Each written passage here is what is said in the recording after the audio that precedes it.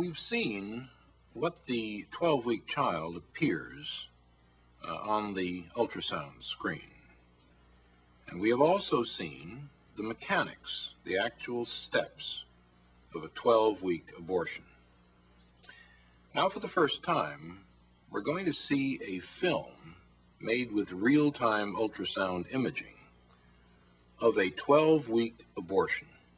Bear in mind that this is not an unusual instance, a late abortion. This is one of the 4,000 or so a day done every day in the United States. This film was made at an abortion clinic. The physician who performed the abortion was a young man who was working in 2 different abortion clinics at the time. He had already done close to 10,000 abortions in his young life.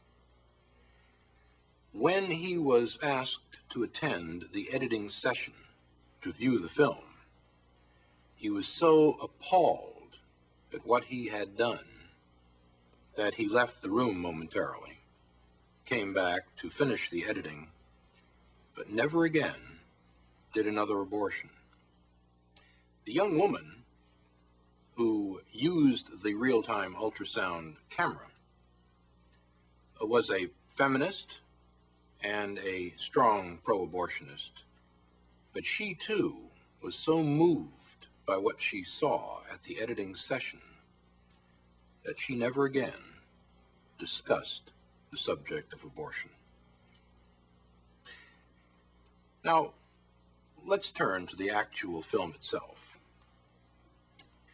We are now looking at a sector scan of a real-time ultrasound imaging of a 12-week unborn child. The child is orientated in this direction. You are looking now at the head of the child here, the body of the child here, and this image is the child's hand approaching its mouth.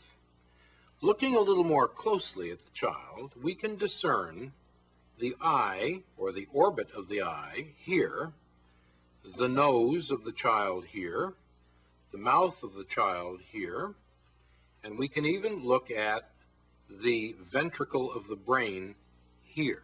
This is a fluid-filled space in the brain.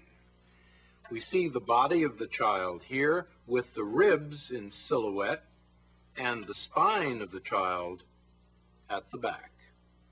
This rather granular area of tissue at the top of the sector appears to be the placenta, or afterbirth, of the child. And we can begin to see down here the thighs, the lower extremities of the child, coming off the body in this manner.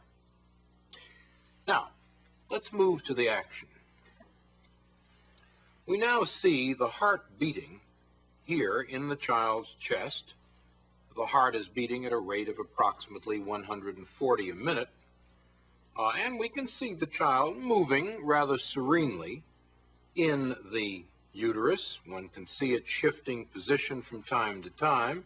It is still orientated in this manner, and the mouth is receiving the thumb of the child.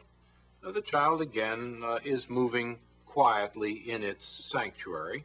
Now, this shadow which we are seeing down at the bottom of the screen is the suction tip. We have colored the suction tip deliberately in order for you to discern it more clearly. But the abortionist has now dilated the cervix and is now inserting this suction tip, which you can see moving back and forth across the screen. You will note that as the suction tip, which is now over here, moves toward the child will rear away from it and undergo much more violent, much more agitated movements. The child is now moving in a much more purposeful manner. Its orientation changes from time to time. It is rearing again here. Now, the suction tip has not actually touched the child, even though the child is extremely agitated and moving in a violent manner. The child has now moved back to the profile view, and the suction tip is flashing once again across the screen. The child's mouth is now open, and we will see that again on a freeze frame in a moment. But this suction tip, which you can see moving violently back and forth on the bottom of the screen, is the lethal instrument which will ultimately tear apart and destroy the child. It is only after the fluid has been broken, the sac has been disrupted, that the tip will actually come against the child. But we can see the tip moving back and forth as the abortionist seeks the child's body. Once again, we see the child's mouth wide open in a silent scream in this particular freeze frame. This is the silent scream of a child threatened imminently with extinction. Now, the heart rate has speeded up dramatically, and the child's movements are violent at this point. It does sense aggression in its sanctuary. It is moving away. One can see it moving to the left side of the uterus in an attempt, a pathetic attempt, to escape the inexorable instruments which the abortionist is using to extinguish its life. Now, the heart has again perceptibly speeded up. We can time this at approximately 200 beats per minute, and there is no question this child senses the most mortal danger imaginable. The membrane has now been punctured, and the fluid has escaped. One no longer sees that large reservoir of fluid surrounding the child. But once the fluid has been drained off, the suction tip has now been firmly clamped to the child's body, and the child is being pulled in a downward direction by the abortionist's suction tip with the negative pressure applied to it, and the body is now being torn systematically from the head. The head of the child being in this direction here. I am now outlining the child's head. The lower extremities have already been lost, and we see the suction tip flashing from time to time in the screen as a typhoon-like series of echoes, and the child is being tugged back and forth as the suction tip has now been applied to the body, and the abortionist is exerting his traction on the child in this manner. The child's head is still discernible here. The body is no longer discernible. It has now been torn from the head. What we see now is the head itself with what is called the midline echo of the head and the spicules or fragments of bone.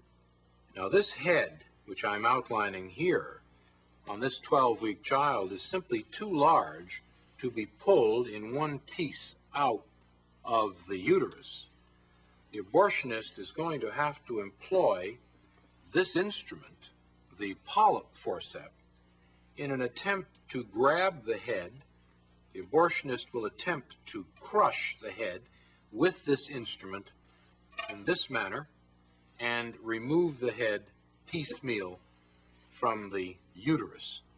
The abortionist and the anesthesiologist have a secret language between them which shields them from the grisly reality of what is going on.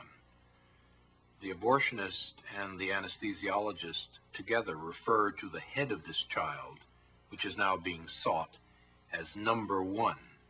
And the anesthesiologist will inquire of the abortionist, "Is number one out yet? Are we finished?" We now see intermittently the shanks or blades of this instrument appearing in the image here. The head tends to float freely in the uterus. Here are the shanks or blades of the instrument coming across here. And the head is now being locked on by this polyp forceps, and the head is being pulled down toward the cervix. Now, all we see remaining are simply the shards, the broken fragments, the pieces of tissue which document that there was once a living, defenseless, tiny human being here.